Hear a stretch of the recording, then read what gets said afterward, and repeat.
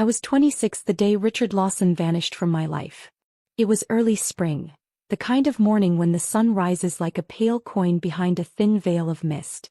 The roosters had crowed before dawn, the village children's chatter floated over the fences, and I was kneeling by the clay stove, stoking the fire for breakfast.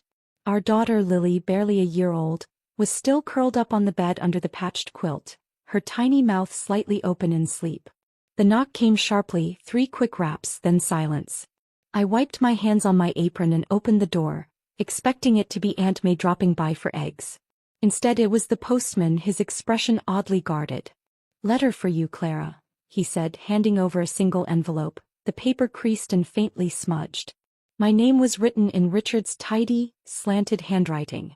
For a moment my chest warmed. He had been away for weeks at the factory in the city. Maybe he'd written to tell me when he was coming home. But when I tore the envelope open, a single sheet of paper slid into my palm, just one sentence, neat and cold. "Take care of my parents and our child. I'm leaving." No explanation. No return address. Just that. The stove smoke stung my eyes, but I knew it wasn't just the smoke. My hands trembled so hard the paper nearly tore. I ran down the dirt path to his parents' house. They were in the courtyard, his mother feeding the chickens, his father chopping wood. Both looked up when they saw me, and I knew instantly they already knew. "Where is he?" I demanded.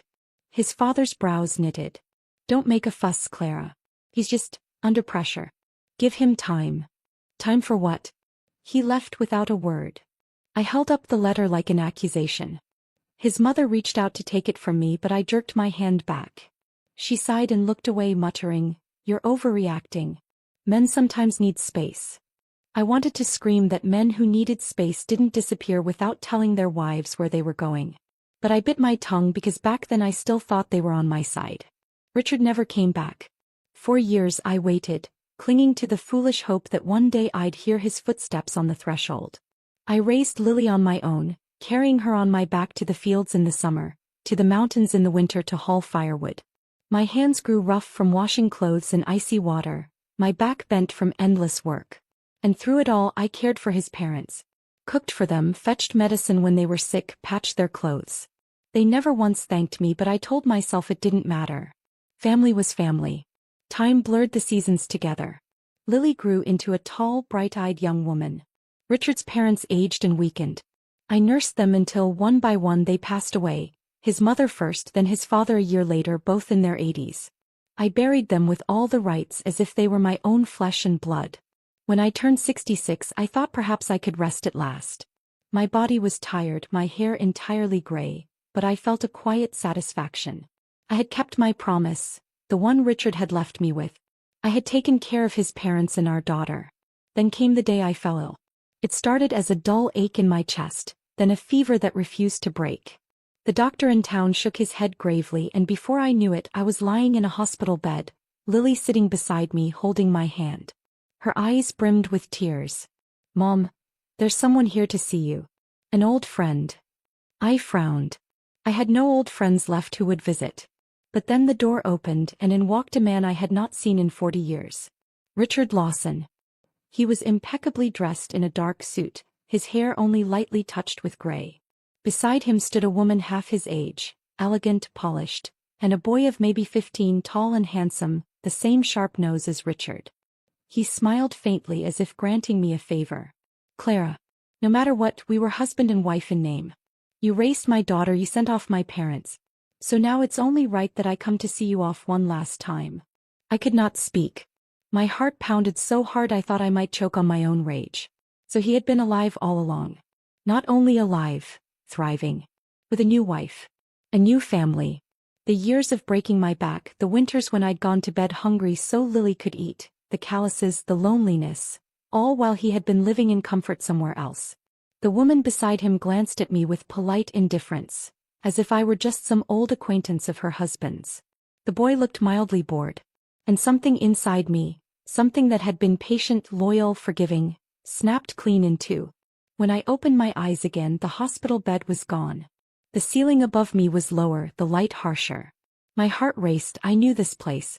This was my bedroom in the small brick house my parents had left me, the house I'd lived in decades earlier. My hands were younger. My hair, though tied back, was still black with only a few strands of gray. And on the table beside me lay an envelope. I didn't need to open it to know what was inside. I picked it up anyway. My fingers trembled as I unfolded the single sheet of paper. The same words. The same handwriting. Take care of my parents and our child. I'm leaving. It was the very first letter I'd received 6 months after Richard disappeared. I clutched it so hard my knuckles ached. The sound of a chicken clucking outside, the faint smell of wood smoke in the air. It was all real. I was back. Back before decades of bitterness and toil. In my past life I had read this letter and thought he'd died. That maybe he'd gone somewhere and met misfortune. I had cried myself sick, cursing fate, never suspecting he had simply chosen to start a new life without me. But now I knew the truth. This time there would be no patient waiting. No protecting his reputation. No raising his parents' heads high in the village while mine bowed. If Richard Lawson had decided to fake his death once, I would make sure that in this life he truly died, at least in the eyes of the village, the factory, and every connection he'd ever had. I sat on the edge of the bed, my pulse steadying. Outside, the morning sun was rising over the rooftops, turning the frost on the ground to glitter. Somewhere in the city Richard was living his double life, not yet expecting the reckoning to come. I smiled to myself. A slow, deliberate smile. Let him enjoy the calm before the storm. The morning after Richard's farewell letter reappeared in my hands, I began my preparations. It was cold enough that frost still clung to the edges of the thatched roofs, but the air was bright and clear. My breath clouded in front of me as I walked through the village with a single purpose. This time I would not sit in silence nursing heartbreak. This time I would drag his name into the open and bury it myself. First stop was the town's photo studio, a tiny shop that smelled faintly of developer fluid and stale tea. The owner, Mr. Latham, adjusted his round glasses and squinted at the worn photo I laid on the counter. Richard's old factory ID. I need this enlarged, I said. Framed with a black ribbon in the corner. His eyebrows shot up. A memorial? I met his gaze without blinking. Yes. He's passed away. I want it ready today. Mr. Latham hesitated. The village was small and rumors were currency. I'll have it done in an hour, he said finally, sliding the photo into an envelope. From there I walked down the lane to Uncle Ray's house. His place was impossible to miss. Faded red banners still fluttered from the last wedding he'd played at, and a cracked drum leaned against the doorframe. Uncle Ray was mending a trumpet when I arrived. Clara, what brings you here so early? I need your band, I said, my voice solemn. Richard Lawson has died. I want him sent off properly. Uncle Ray froze, the wrench in his hand hovering over the trumpet's valve. Richard? Gone. His face softened instantly. You poor thing. Say no more. We'll play so loud the ancestors will hear. Thank you, I murmured, lowering my eyes in mock grief while inside, a grim satisfaction bloomed. The louder the music, the faster the news would spread, and I wanted the whole county to hear it. By noon the band was in my courtyard. Drums boomed, gongs clashed, and the high, keening cry of the Swona horns spiraled into the air. Villagers began arriving in 2s and 3s, curiosity pulling them from their chores. I sat in the center of it all, wearing a plain black jacket, hair loose around my shoulders. In my arms I clutched Richard's enlarged memorial portrait, the ink still smelling faintly of chemicals. My eyes were red, my shoulders hunched. Beside me Lily sat on a low stool, her cheeks blotchy from crying. It's so sad, an elderly woman whispered to another. He was so young. Poor Clara, someone else added. Left with a child and no man to help. What will she do now? I kept my gaze down, but every word slid into my ears. Good. Let them talk.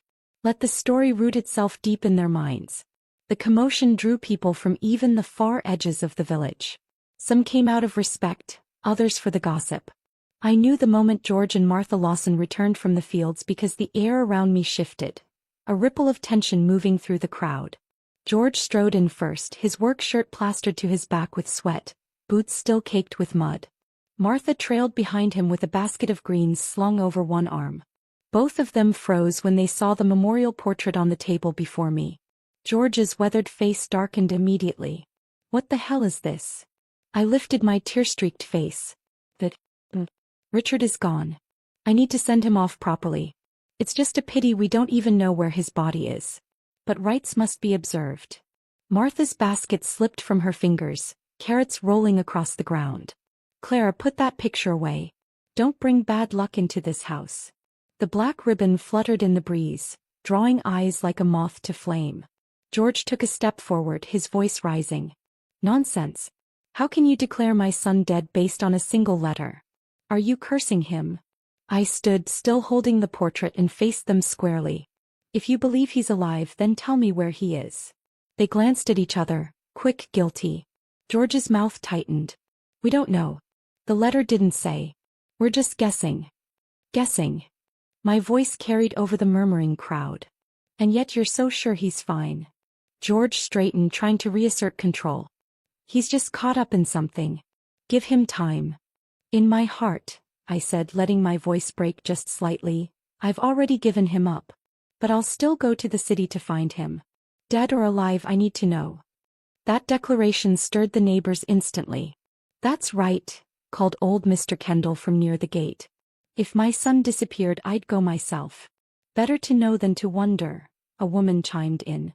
Otherwise you'll never sleep. George scowled, but Martha hurried forward and caught my arm. No, Claire, you can't. If you go to his workplace and make a scene, it will ruin his reputation.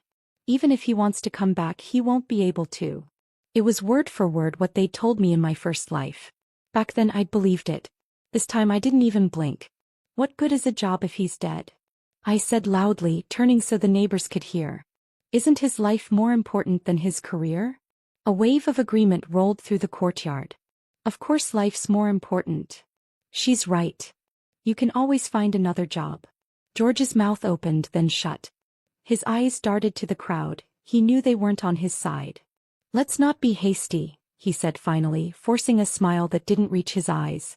Why don't we have Uncle Ray go first? He can ask around in the city. I narrowed my eyes. In my last life that was the trap, sending someone else then claiming they'd found nothing. But I kept my voice even. Fine, I said. Then I'll go with him. That caused a stir. George's jaw tightened, but before he could speak, old Mr. Kendall spoke up again. That's reasonable. What's wrong with her going along? Martha bit her lip, looking to George for rescue. The murmurs grew louder. Let her go. It's her right. What's the harm? Finally, George relented with a stiff nod. All right. Tonight we'll have Uncle Ray come over and we'll discuss it. That evening the sun dipped behind the hills, casting long shadows across my yard. I lit the oil lamp and set out tea, waiting for the promised meeting. The memorial portrait still stood in the main room, the black ribbons stark against the pale wall. But Uncle Ray never came.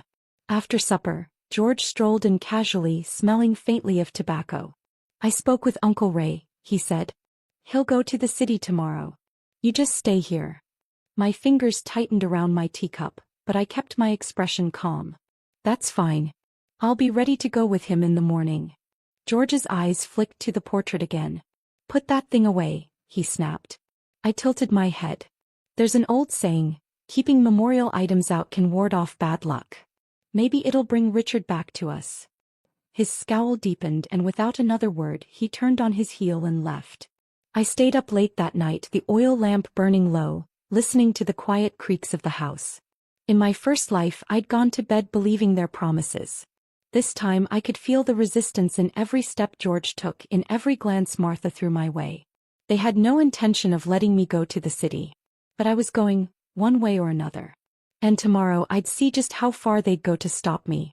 The morning frost still glittered on the fence posts when it happened. I was slicing turnips for breakfast, the kitchen air thick with the scent of wood smoke, when a piercing scream ripped through the village. It was a shrill, desperate cry that made even the rooster on the fence fall silent. I didn't rush. I knew that voice. In my first life I'd heard it on this exact morning, my mother-in-law Martha Lawson, claiming she'd been injured by the ox in some tragic accident. That wound had kept her bedridden for weeks, conveniently preventing me from leaving the village to search for Richard. This time I had been ready.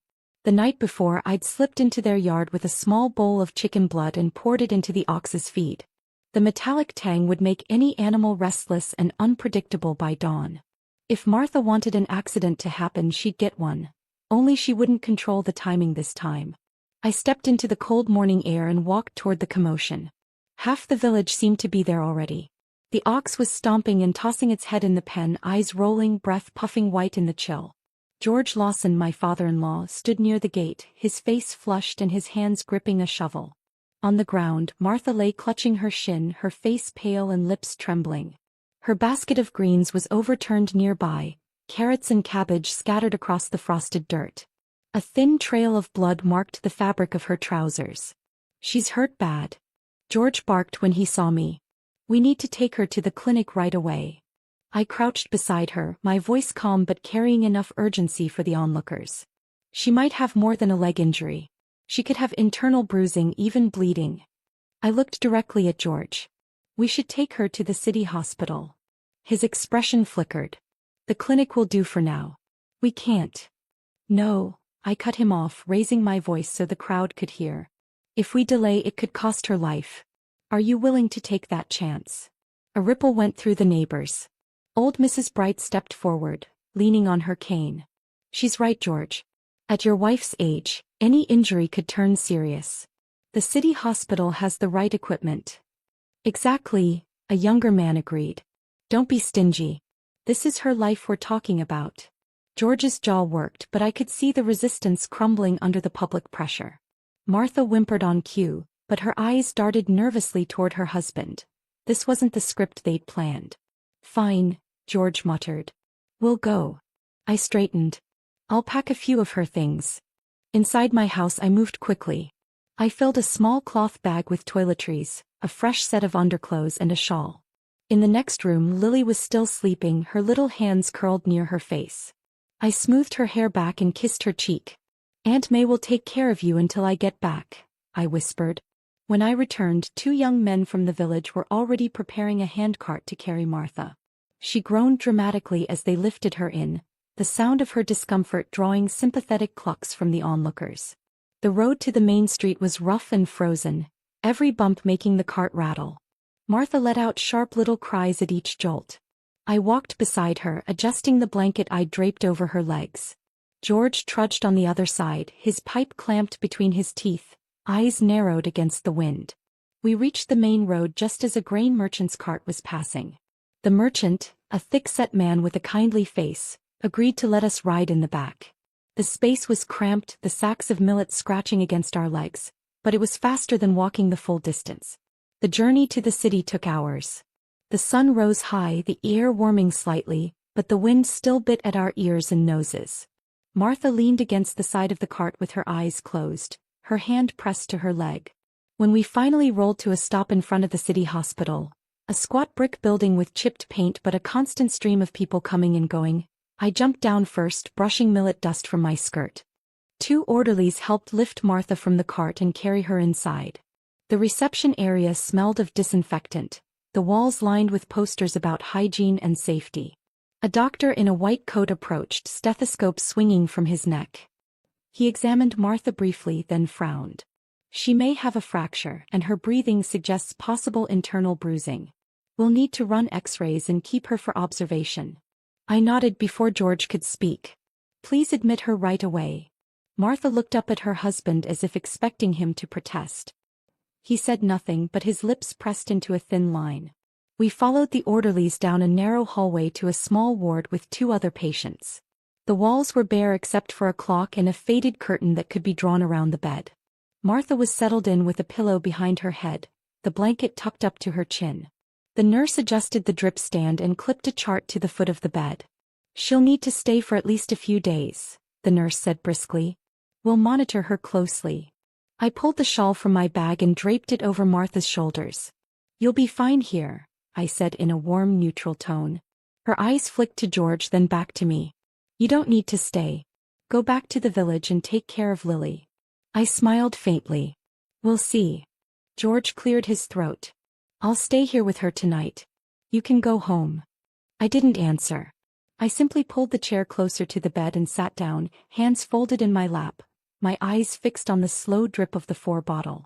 Around us, the hospital moved at its usual rhythm. Footsteps in the hall, muffled conversations at the nurse's station, the occasional clatter of a dropped tray. Outside the window, the winter sun was beginning to tilt toward afternoon. I could feel George's eyes on me, measuring, calculating. In my first life, this was where they had managed to send me home, promising to keep me updated, while secretly working to block any attempt I made to search for Richard. But this time I wasn't leaving.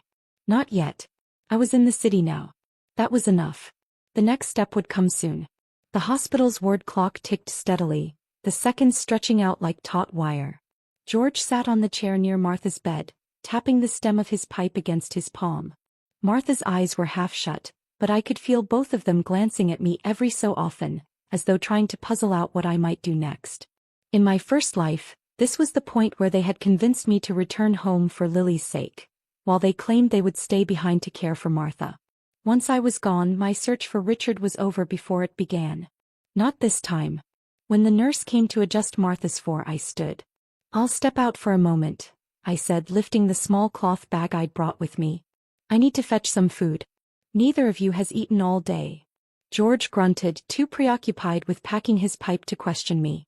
Once in the corridor, I walked with purpose, my shoes clicking against the scuffed linoleum. The hospital's main doors opened to a busy street, the winter air sharp on my face. I had no intention of buying food. My goal was Richard's workplace. The factory was a squat concrete building on the far side of the city, its yard crowded with stacked crates and the low rumble of machinery behind its walls. I spotted him almost instantly, not Richard but Mr. Harris, his old colleague. He was leaning against a stack of pallets, a cigarette between his fingers, his broad frame swathed in a heavy coat. "Harris," I called, my voice carrying just enough urgency to turn his head. He blinked, then a slow smile spread across his face. "Well, if it isn't Clara Hayes. Been a long time." "I'm sorry to trouble you," I said quickly, "but I need your help. It's about Richard." His smile faded. "He's not been around here much." He glanced around, then lowered his voice. "But I have heard things." My fingers tightened on the strap of my bag. "What kind of things?" "Word is," Harris said slowly, "he's been seen with a woman from the city. Today's a special day for them." Something cold curled in my stomach. "Where?" He hesitated only a moment before answering. "The People's Restaurant. Big place. You can't miss it." I thanked him and on impulse asked, "Harris, do you remember how Richard got this job?" His eyes narrowed slightly. "Your father's accident at the factory, the way the management offered the position to a family member, and you let Richard take it instead of yourself." "I remember." "Good. I would remember too." From the factory I went straight back to the hospital, not to linger but to gather my next set of allies. "Aunt May," I said when I found her visiting a cousin in another ward, "can you help me bring some of the neighbors here? I want them to see Martha. She'll be cheered up." Aunt May raised an eyebrow. She was quick enough to sense there was more to it, but nodded. "Leave it to me." By the next morning, a small convoy of neighbors had arrived in the city. They brought with them eggs, homemade brown sugar, and a boundless curiosity. After a brief visit to Martha's bedside, I suggested, "Since you all came so far, let's have a nice meal before heading back. I know a place." And so we walked together to the People's Restaurant. From the outside, it was the most impressive building on the street. Double doors with polished brass handles, red lanterns swaying above the entrance, the scent of braised pork and star anise drifting from within. I led the group inside. My eyes scanned the main hall quickly, honing in on a section to the side where a small stage had been decorated with fresh flowers. There, under the soft glow of paper lanterns, stood Richard Lawson, dressed in a groom's suit, holding the hand of a young woman in a red silk dress. My breath hitched, but not from surprise. I had expected this. The shock belonged to the neighbors. "City folks are so fancy," I murmured to Aunt May beside me, nodding toward the stage. "Look at the wedding clothes." Aunt May squinted, then stiffened. "Clara, that groom, he looks just like Richard." Others in the group turned their heads, whispers rising. "It can't be. No, it is him." I started walking toward the stage, my heart steady, my grip tightening on the strap of my bag. The closer I got, the clearer it was. The set of his jaw, the mole under his chin. There was no mistaking him. Aunt May called out, her voice carrying, "Richard." Richard's head jerked up. His eyes met mine for a split second before he turned away sharply, pretending not to hear. I did not slow my stride. When I reached him, I lifted my hand and slapped him across the face, the sound sharp in the quiet that had fallen over the hall. "Richard Lawson," I said, my voice cold, "you're marrying another woman without even informing your wife?" Gasps rippled through the onlookers. Richard's face flushed red, then drained pale. He stepped back, half shielding himself behind the young woman. Vanessa, I presumed, narrowed her eyes at me. "I don't know who you think you are, but this is my husband. We've never seen you before in our lives." I let out a short, bitter laugh. "Never seen me? We share a child, Vanessa. Ask him who's been raising her while he's been playing groom in the city." The neighbors had caught up by now, their outrage boiling over. "You left a letter and vanished," one man shouted. "Your mother's in the hospital right now," another added.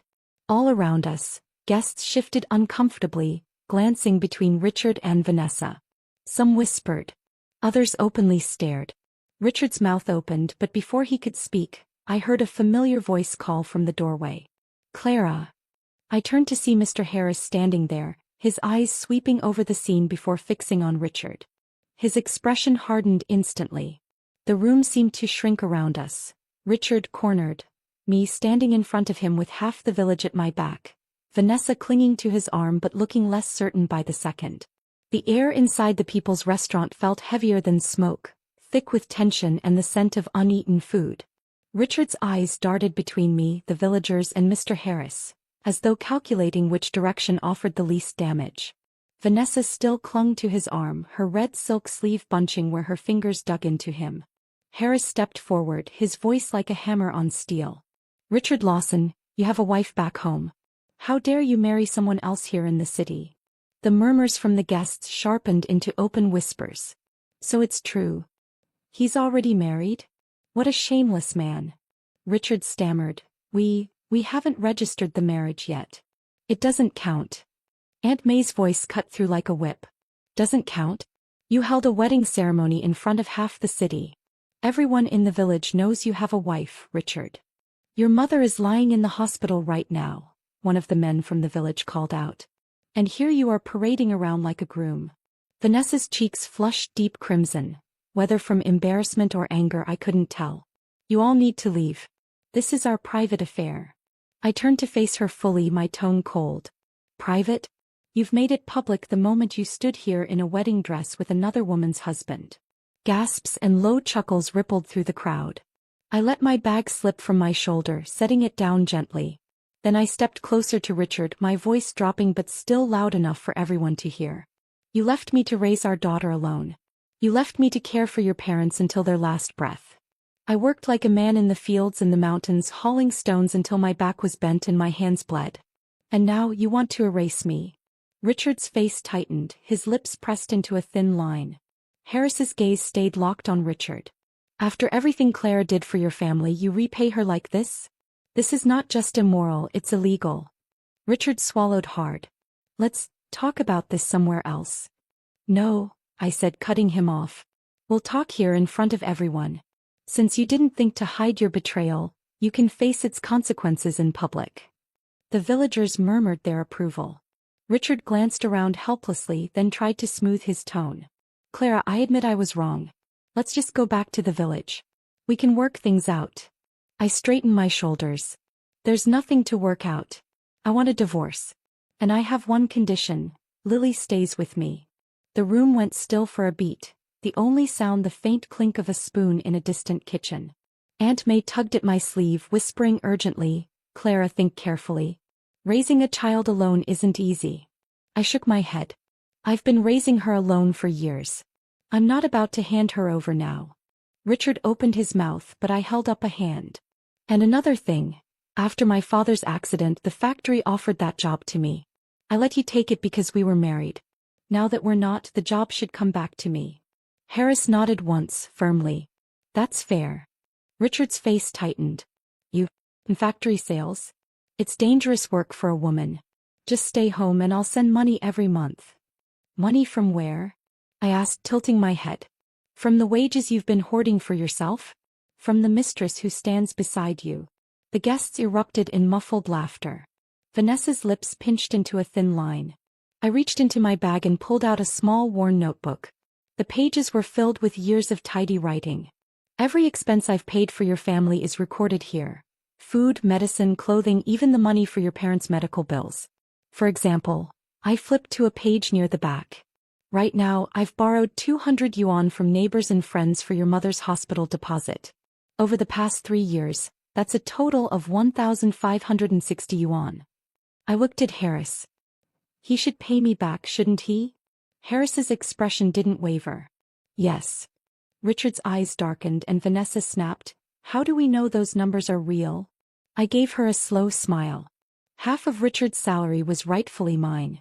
You don't get a say here.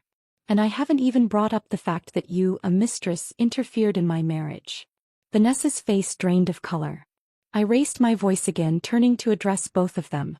If you don't pay what you owe, I'll make sure everyone in your workplace knows you tried to marry while still bound to another woman. Let's see how you hold your heads high then. Gasps and a few snickers ran through the crowd. Vanessa's parents hurried forward, whispering frantically to Richard. I caught snippets. Guests are waiting. Settle this quickly. Richard exhaled through his nose and gave a stiff nod. Fine. I'll agree. But he added, I don't have that much cash on me. I arched an eyebrow. You're holding a wedding and you're telling me you're broke? If I let you write an IOU, I'll never see a coin. Vanessa's jaw clenched. With a huff, she pulled a thick wad of bills from her embroidered clutch, counted out the exact amount and slammed it into my palm. I tucked the money into my bag. 1,560 yuan. Not a penny more or less. Turning to Aunt May and the villagers, I said, You've all seen and heard what happened today. Please explain it clearly to my in-laws later. Since Richard claims we never registered our marriage, it's as if all these years I spent raising our daughter mean nothing to him. The villagers nodded grimly. Aunt May rounded on Richard. Your mother is lying in the hospital and here you are throwing a wedding. What a fine son you are. I looked once more at Richard, not with the hope or longing I'd once felt, but with the cold satisfaction of a debt being collected. This part of the reckoning was done. There were still more accounts to settle, but that would come later. For now, I turned on my heel and walked toward the restaurant doors, the wad of bills warm in my hand and the eyes of the entire room following my back. The city streets were already glowing with evening lights by the time we left the People's Restaurant. The group from the village walked behind me, their voices low but brimming with excitement. Some replayed the moment I'd slapped Richard. Others muttered about Vanessa's pale face when she handed over the cash. Aunt May caught up to me, her breath clouding in the chill. Clara, you were steady as a mountain in there. Didn't flinch once. I gave a small smile, tucking the 1,560 yuan deeper into my bag. I've been waiting a long time to stop flinching. When we returned to the hospital, Martha was propped up against her pillows, sipping weak tea. She looked up sharply when she saw the villagers with me. Aunt May didn't waste a second. She planted herself at the foot of the bed, arms crossed. Martha Lawson, your son's in the city holding a wedding with another woman. Do you deny it? Martha's eyes flickered, but her lips pressed into a thin smile. You're mistaken. He's just confused. Needed time to think. Think. Aunt May snorted. More than a dozen of us saw it with our own eyes. He was in a groom's suit. Martha's hands trembled on the cup. No, that can't be. One of the younger men from the village leaned forward. We saw Vanessa too, Martha. The whole stage was decorated for them. Martha's lips parted and for a moment I thought she might deny it again. Instead she pressed a hand to her chest, muttering, "What a coincidence." Then realizing what she'd admitted, she clamped her mouth shut. The room went silent except for the faint ticking of the wall clock. I let the quiet stretch before speaking. Martha, Richard and I are divorced now. The job he took from me after my father's death? The factory has agreed to give it back to me. Her eyes widened. You can't take that job. George, standing by the window, turned abruptly. He's your husband. How could you be so heartless? I met his glare head-on. When you encouraged him to marry another woman, did you remember he was my husband? His mouth snapped shut, his face mottled with red patches. I straightened. There's more. After we married, your whole family moved into the house my parents left me. Now that the marriage is over, you'll have to move out. That house is mine again. The villagers behind me murmured in approval. Even Aunt May gave a satisfied nod. George's jaw worked as though he wanted to argue, but he must have seen the wall of neighbors at my back because he looked away instead. The next day I returned to the village with Aunt May and a small group of younger men. News of Richard's betrayal had spread like wildfire, not just through our village but into the neighboring ones.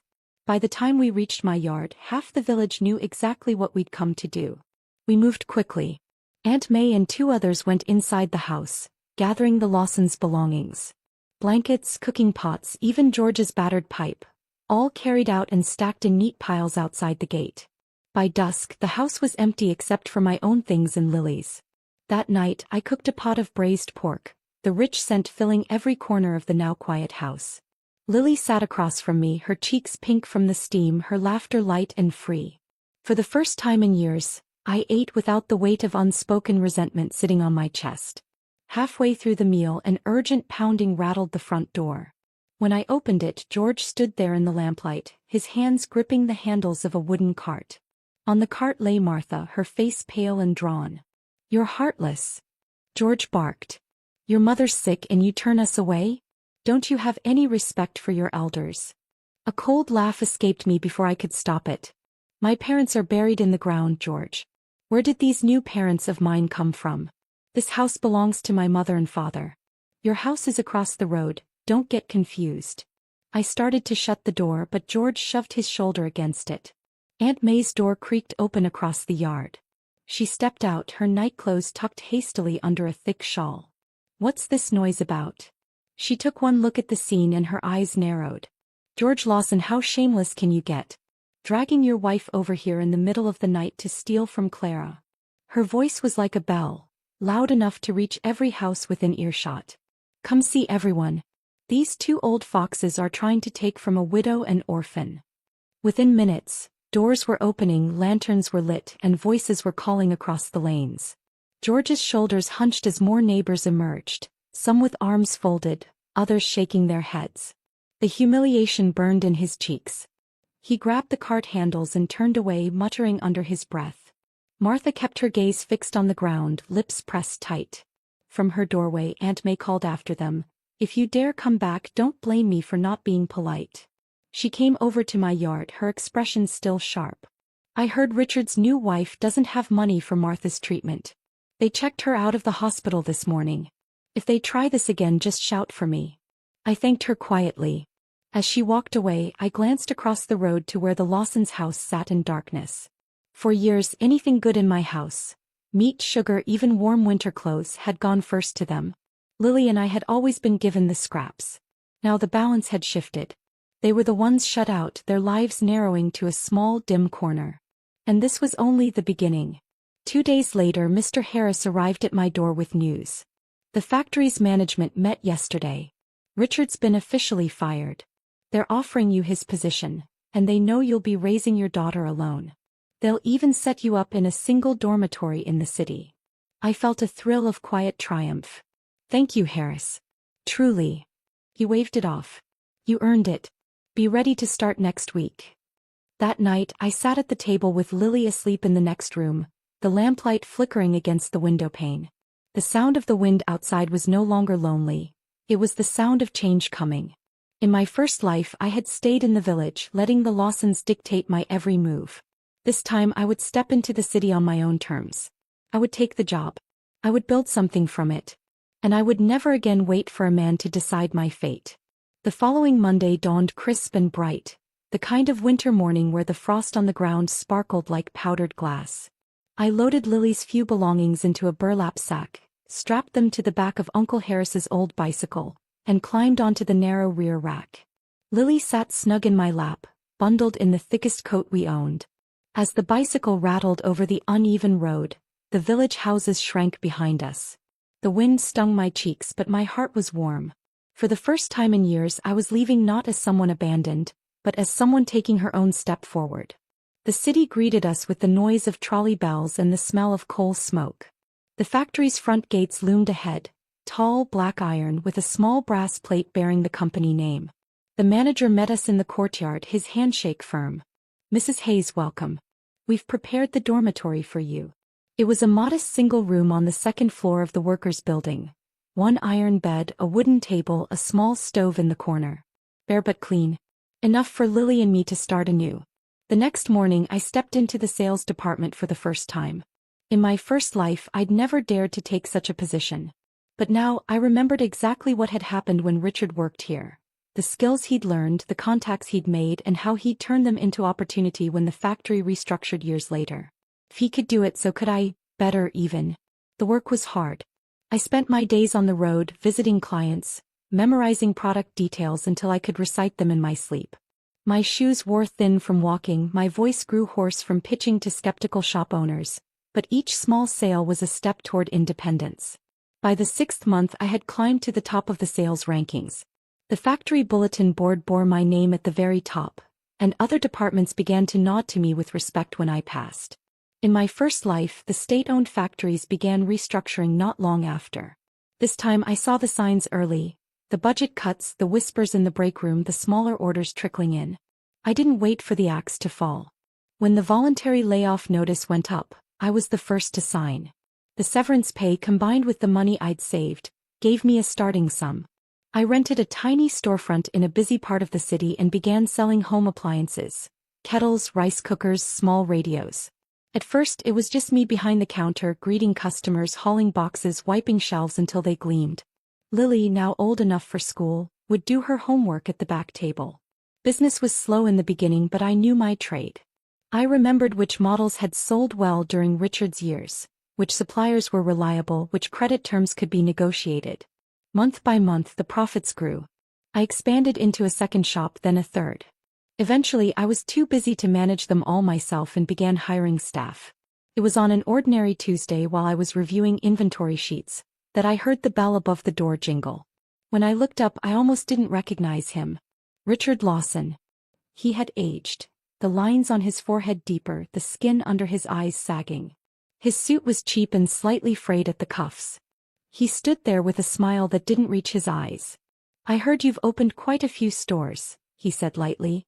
"We're old acquaintances, right? Since you're hiring, why not make me a store manager or something?" I leaned back in my chair studying him. "If you're hungry I can treat you to a meal. But I've never heard of a beggar demanding to be king." His face darkened.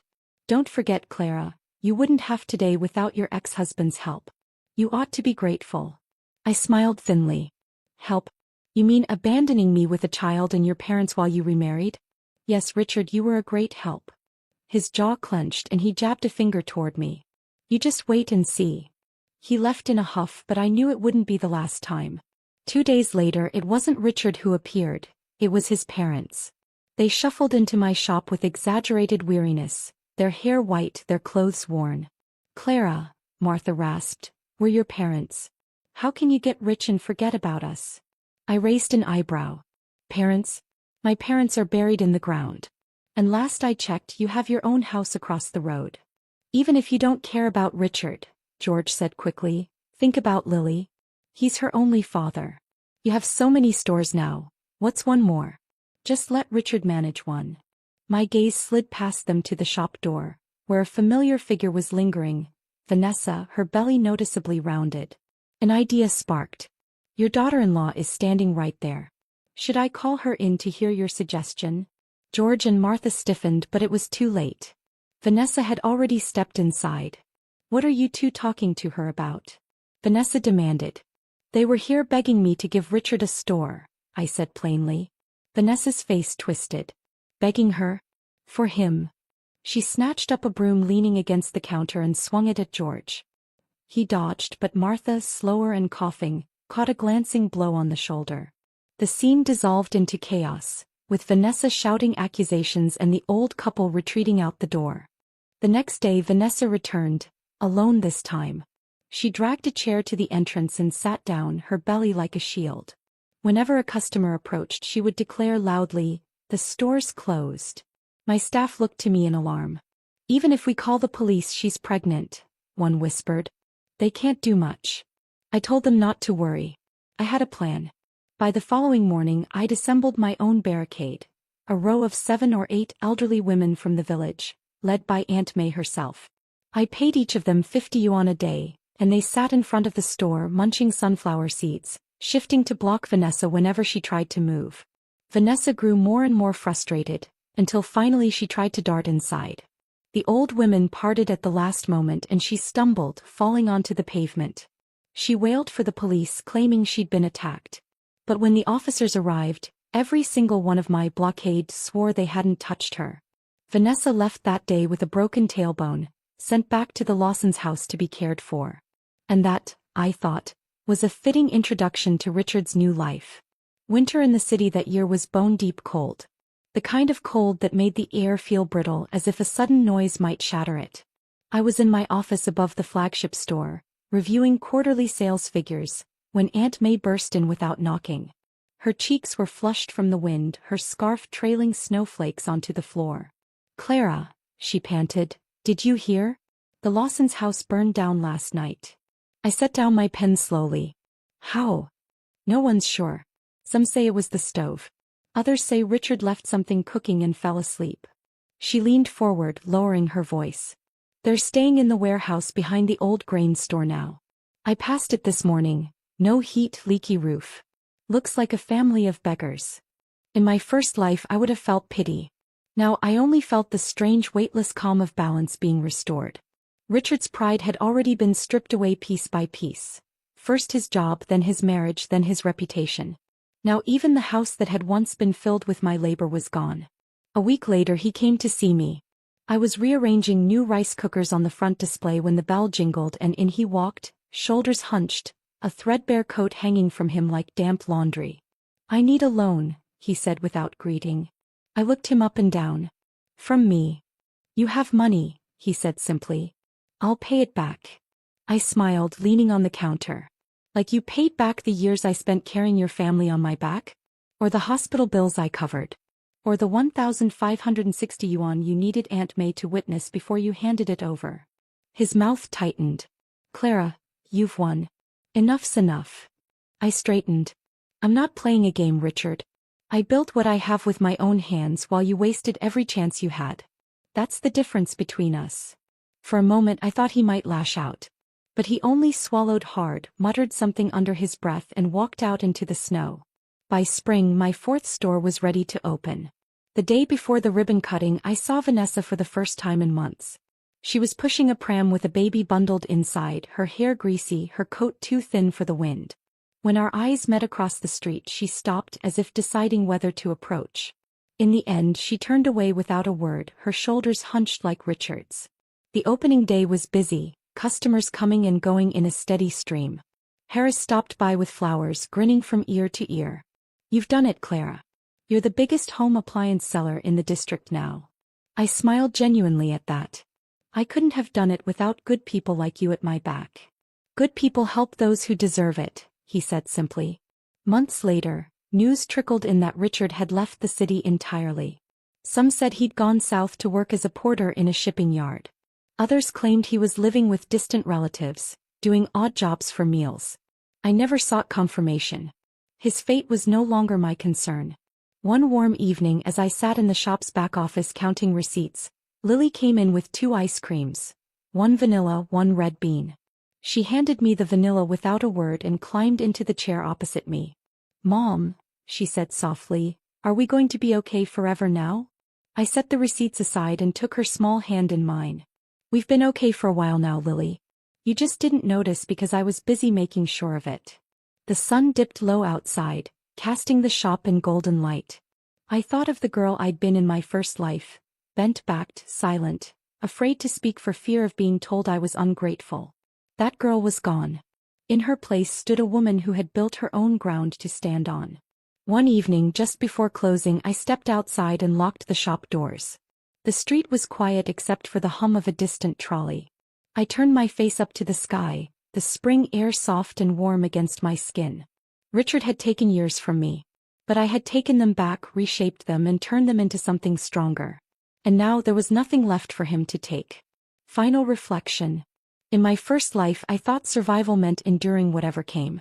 In this one I learned that survival can mean building walls high enough that no one can reach you, unless you choose to let them in. Richard, Vanessa, the Lawsons, they were chapters. I was the book. And my story was far from over. The end.